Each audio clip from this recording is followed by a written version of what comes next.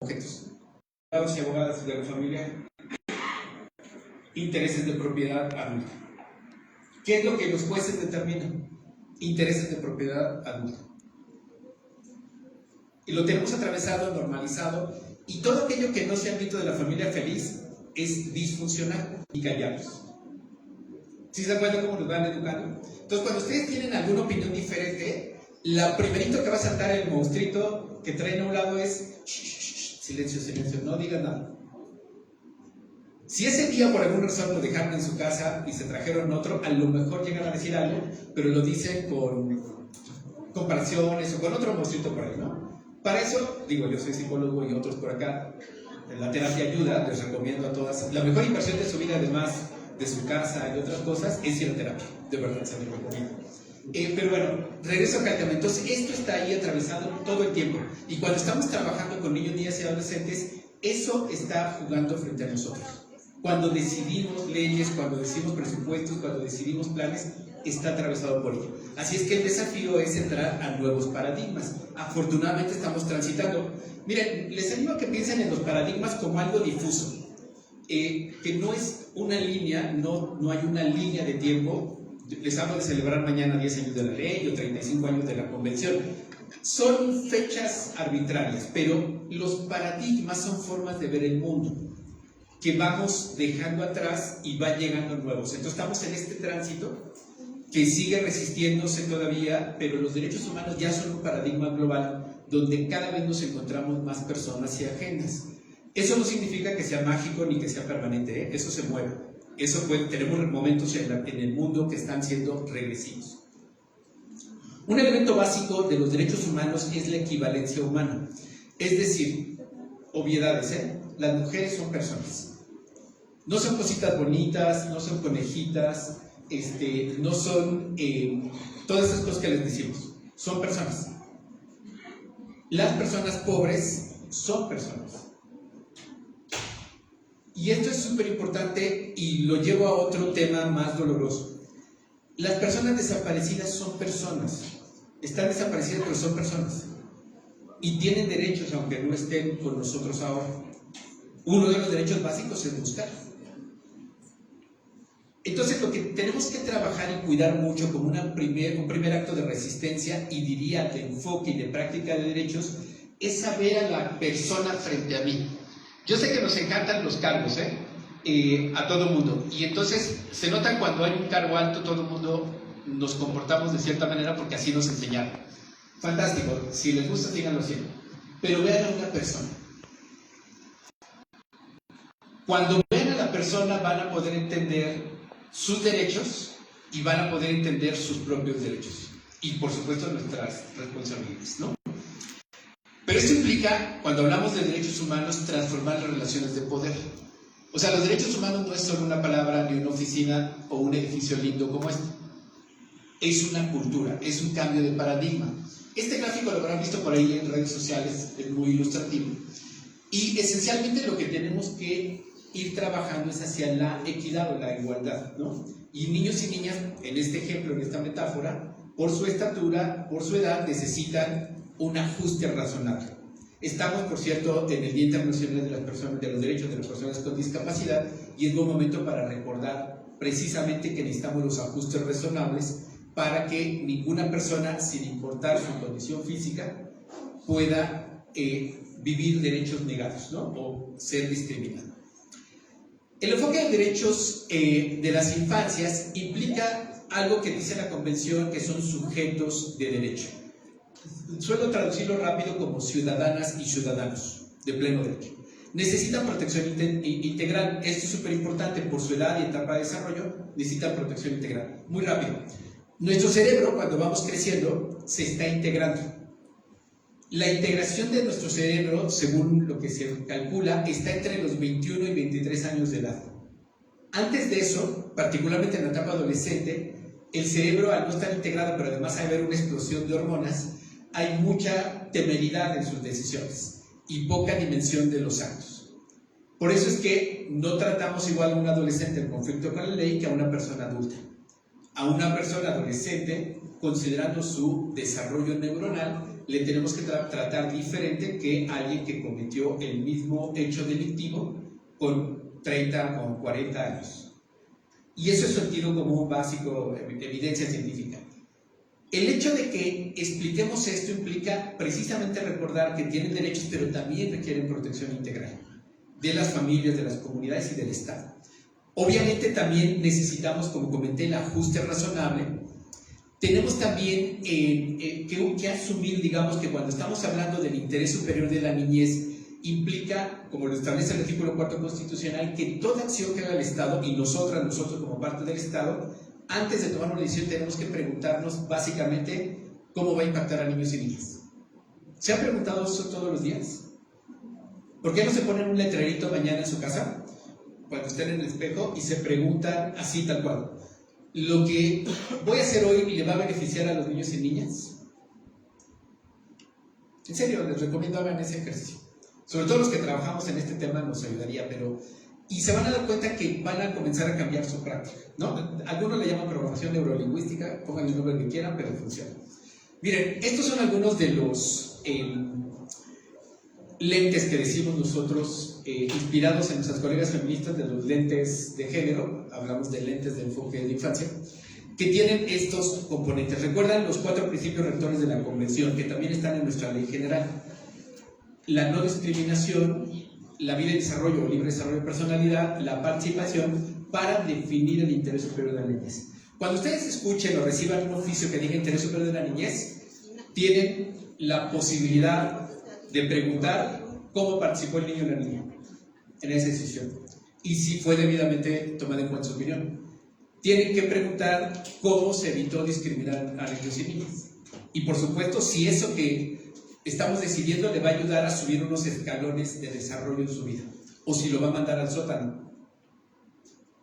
¿Se acuerdan el ejemplo real que les puse de niñez migrante, que van haciendo un esfuerzo por meses, caminan, y como en el juego de serpientes escaleras, lo detienen y lo mandan de regreso por las creo que es la serpiente, ¿no?, que baja, y lo mandan hasta el final? ¿Les ha tocado ese juego de serpiente y se siente feo, no?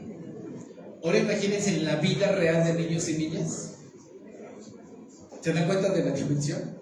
Bueno, entonces no hagamos serpientes escaleras, es decir, eliminemos las serpientes por las escaleras. Y bueno, esto implicaría recordar que esto además no es opcional, ¿eh? Se lo estoy planteando bonito, así como moñito de regalo, pero esto no es opcional, es la ley. Y obviamente, cuando hablamos de la ley, estamos hablando de obligaciones de Estado. Artículo 4 constitucional, párrafo 8. Y la ley general y todo lo que ustedes quieran. Pero cruza esto con el proyecto de vida. Cuando hablamos de libre desarrollo de la personalidad, implica proyecto de vida. No sé si ustedes sigan esos memes que hay muchos en redes sociales, les pido que tengan cuidado por su salud mental, de estos temas de psicología tóxica, en el que tú eres lo que quieras ser, y cosas por el estilo, que le llamamos japicracia, ¿no? La dictadura de la felicidad. Bueno, les digo que no sigan esas cosas porque les va a hacer daño para su cabecita. ¿A dónde voy? Que si su proyecto de vida no se basa en las decisiones de ustedes y no se basa en las obligaciones del Estado, no hay posibilidad de que sea lo que ustedes quieran ser. ¿Sí me explico? Fantástico que ustedes quieran ser astronautas. El pequeño detalle es que México no tiene un sistema aeroespacial que les permita ser astronautas. Y para que quieran ser astronauta, ¿dónde se tienen que ir? A la NASA, Estados Unidos, y cambiar su código postal. Vale. Entonces no es exactamente que lo que ustedes quieran. O sea, pensemos ahora en 38 millones de niños, niñas y adolescentes que tienen derecho a la educación. Pero ¿sabían ustedes que 6 de cada 10 niños de educación preescolar no tienen ese derecho garantizado? 6 de cada 10. Tienen derecho a la salud. ¿Y saben ustedes que 6 de cada 10 no tienen garantizado el derecho a la salud? Y entre la salud, por ejemplo, está la vacunación. Y de 2017 a la fecha pasamos de ser el estándar mundial de vacunación universal a estar en rangos de 30 y 35% de vacunación o de cobertura de vacunación Entonces como que claramente no es lo que tú quieras hacer, porque si te enfermas, no está garantizado tu derecho. Y esto implicaría, regresando al concepto de persona, de sujeto de derecho, para hablar de ciudadanía. Piensen por un momento qué sucedería si a niños y niñas los tratamos como una persona adulta. Es más, pónganle, vengo ahorita del Congreso que me invitaron amablemente aquí a través de Gaby. Imagínense que no es un niño o una niña ese rostro que ustedes tienen en su cabeza que les pedí al inicio, sino que es un diputado o una diputada. ¿Cómo tratarían a ese niño que ya es diputado o diputada? ¿Ustedes decidirían con quién se reúnen? ¿Decidiría qué quiere hacer en su vida? ¿Decidirían, hoy más, le pegarían? Pues traten al niño o a la niña como un diputado, ¿no? A lo mejor eso cambia su relación con ellos. Digo, estoy haciendo caricaturas, pero quiero invitarles a que se problematicen cómo estamos tan atravesados en la cultura que pensamos que mucho de la violencia contra niños y niñas no solamente es normal, sino incluso es hasta amor. ¿Han oído de la expresión de la nalgada cariñosa? ¿A ese nivel estamos? Bien, entonces, ciudadanía participativa es un conjunto de derechos. Por eso hablábamos hace un rato de que la convención no tiene la participación como derecho, porque sería limitado. Hay un conjunto de derechos, por ejemplo, al acceso a información de calidad, construir una opinión propia, expresarse libremente, respeto a su privacidad, opinar sobre todos los temas que les afectan. Y dice nuestro experto argentino Norberto Lipski que quizás uno de los más importantes y menos prioritarios para el mundo adulto es que niños y niñas tienen derecho a organizarse. Y hay organizaciones básicas que ni siquiera nos preguntan, afortunadamente. Por ejemplo, jugar. Se organizan sin nosotros, personas adultas, y se divierten. ¿Cuándo se acaba el juego? Curiosamente, cuando el mundo adulto nos metemos a jugar. ¿Les ha pasado que están bien emocionados en la fiesta infantil, ellos y ellas jugando, y entonces el papá emocionado que quiere ser un buen padre y salir en las fotos de que está siendo un buen padre, y se mete al juego y los niños y niñas se van? Entonces dicen, pero ¿por qué si yo quería jugar? Pues porque llegamos con nuestras reglas, con nuestra dinámica, con nuestro poder adulto. Y quédense con ese concepto, poder adulto, porque ahorita lo vamos a usar. Bueno, entonces la ciudadanía participativa se construye desde niños y niñas. Ejemplos duros y dolorosos. Si nosotros a un niño y una niña desde bebé le enseñamos que él no decide sobre su cuerpo, porque lo traemos como peluchito, que lo abracen y que lo mordisquen todos porque está bien lindo, bien linda. ¿Les pasa eso cuando los bebés están pequeñitos? Y ¡ay, qué tierno! Y le andan jalando el cabellito y demás. O cuando los niños más grandecitos no quieren que los toquen y los forzamos de no seas grosero, saluda a tu padrino y demás. O la chica adolescente que no quiere saludar y la forzan a que sea cortés y que saluden. Si se dan cuenta, el mensaje implícito ahí es que no deciden sobre su cuerpo. ¿Por qué nos sorprendemos cuando hay abuso sexual? Si lo que les hemos enseñado es que el mundo adulto decide sobre su cuerpo. Si lo que le hemos enseñado es que las personas adultas siempre tienen la razón y que tienen que obedecer. ¿Recuerdan esa expresión? Tú tienes que obedecer. Entonces no nos tenemos que sorprender que 8 de cada 10 víctimas de abuso sexual ocurran en contextos familiares y de protección. Es consecuencia natural. Eso implica romper esos paradigmas, romper esas lógicas para hacerlo desde el ámbito de derechos. Y esto no significa niños silvestres, niños descarriados, sino niños y niñas que tienen libertad de expresión, que el mundo adulto está preparado para escuchar y no necesariamente estar de acuerdo. Y yo suelo decir a los maestros y maestras cuando hablamos de temas de acoso y violencia, que cuando sus alumnos y alumnos les reclamen y les digan no estoy de acuerdo, ese día tienen que ir verse al espejo y felicitarse, aplaudirse, comprarse un regalito, porque significa que tú como maestro, como autoridad o maestra, estás generando un ambiente seguro para que ellos desarrollen la libertad de expresión. Piénsalo igual en sus espacios laborales. Si todo el mundo es feliz y contento y todo está padre, hay dominación. Porque significa que la cosa no está viva, que está lleno de monstruitos de silencio. Necesitamos a niños y niñas vivos, que salten, que griten, que estén en desacuerdo. Y eso se va a construir desde pequeños, porque si no, cuando llegan a los 18 años tienen que votar y vean los resultados. ¿Les suena Argentina y Milei? ¿Les suena Trump? Digo, y síganse, o sea, ya ustedes pónganle lugar, punto geográfico. Si no construimos ciudadanía, no nos sorprendamos que las decisiones sean cuando menos extrañas.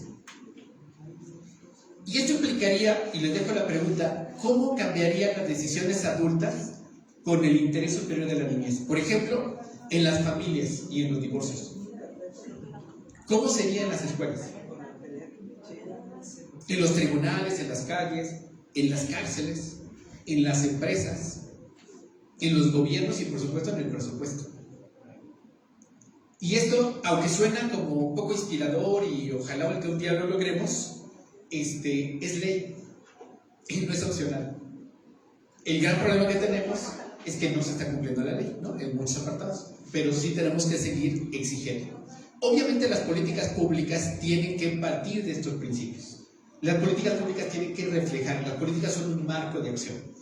Y eso implicaría también que quienes legislan, que quienes aplican las políticas, quienes tienen que vigilar que se cumplan, hagan esa tarea.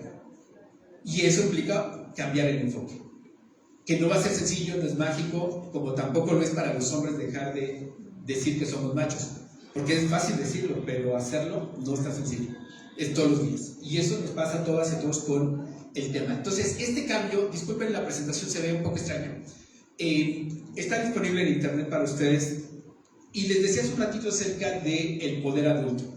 Miren, el adultocentrismo como sistema es esto que les explicamos de la dominación. El adultismo son las prácticas.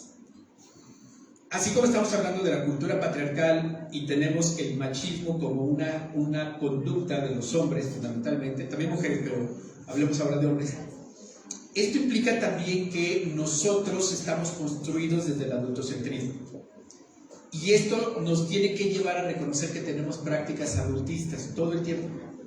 Y que tenemos que hacer un esfuerzo para desmontar eso. Y les dejo entonces aquí la invitación. Todas y todos tenemos poder. Y regreso a hablar de los hombres. Solo por ser hombres tenemos poder frente a las mujeres. La pregunta es si ese poder que tenemos los hombres por ser hombres en esta cultura machista lo ponemos al servicio de otros hombres o de las mujeres y sus derechos. Eso es una decisión todos los días. Piensen en la última decisión que conozcan de un juez que liberó un feminicidio o de un ministerio público que consideró que no era intento de feminicidio sino lesiones. Es más, hasta no agradece a esa mujer que le demostró el amor, ¿no? Es real, o sea, los hombres todo el tiempo tenemos que elegir. Lo mismo nos pasa como personas adultas. Solo por ser personas adultas frente a niños y niñas tenemos poder. La pregunta es al servicio de quién lo ponemos, de otra persona adulta o de los derechos de niños y niñas. Recuerden este caso mediático hace poquito de un juez que liberó a un agresor sexual porque a la niña de 4 años no le pudo decir tiempo, circunstancia y modo y lugar, creo. Y el juez lo defendía, y además al día siguiente el tribunal del Estado de México salió a defender al juez. ¿Qué mejor ejemplo de cultura patriarcal, de adultocentrismo que es? Y por supuesto que nos indigna, y es un cambio cultural que tenemos que traducir en las instituciones. Y esto les animo entonces a que puedan ustedes revisar sus prácticas y que puedan problematizar su propio adultocentrismo. Primero reconocerlo, ¿no? Lo otro es que tenemos también que escuchar a niños y niñas y tenemos también que escuchar a otras y a otros que van caminando en este tema, ¿no? No podemos hablar de derechos de niños y niñas sin trabajar nuestro adultocentrismo, nuestro machismo, porque van en paquete. Ya si de plano también se siguen de frente con el clasismo, con el racismo, estaría muy padre, sería lindo para este mundo, pero cuando menos empiecen con el machismo y el adultocentrismo, revísenselo todos los días. Y como estamos en la época de tatuajes y no tengo un estudio de tatuaje, pero les promuevo que quien quiera tatuarse, pónganse frases lindas como equivalencia humana, educar contra el machismo, o cosas por el estilo, ¿no? Que pueden ser también frases que detonen una buena conversación con alguien, que le digan, oye, ¿por qué te pusiste este tatuaje? Y entonces ya le explican qué es equivalencia humana, el interés superior de la niñez y todo, ¿no? Bueno, nuevamente muchísimas gracias por esta oportunidad y bueno, quedo atento.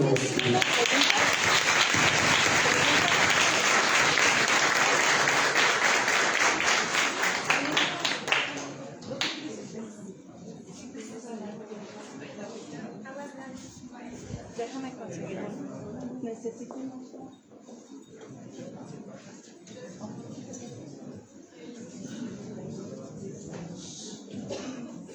Agradecemos su participación y bueno, es el tiempo de abrir el tiempo para las preguntas. Les recordamos que por cuestiones de tiempo nada más tenemos 10 minutos.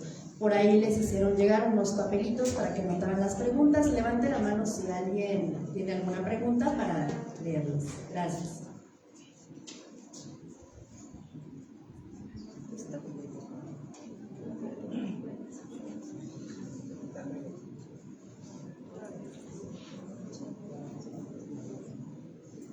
Mientras recabamos las preguntas para nuestro ponente, pues, queremos también recordarles que al finalizar la ronda tenemos también una atenta invitación para que puedan ustedes degustar un pequeño refrigerio en la explanada de este organismo.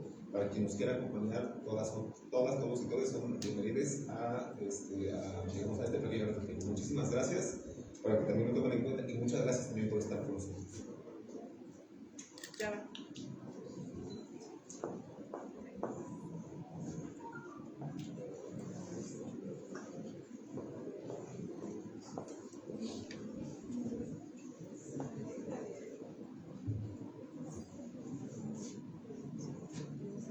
Bien, como primera pregunta tenemos, ¿cómo interpreta la democracia participativa?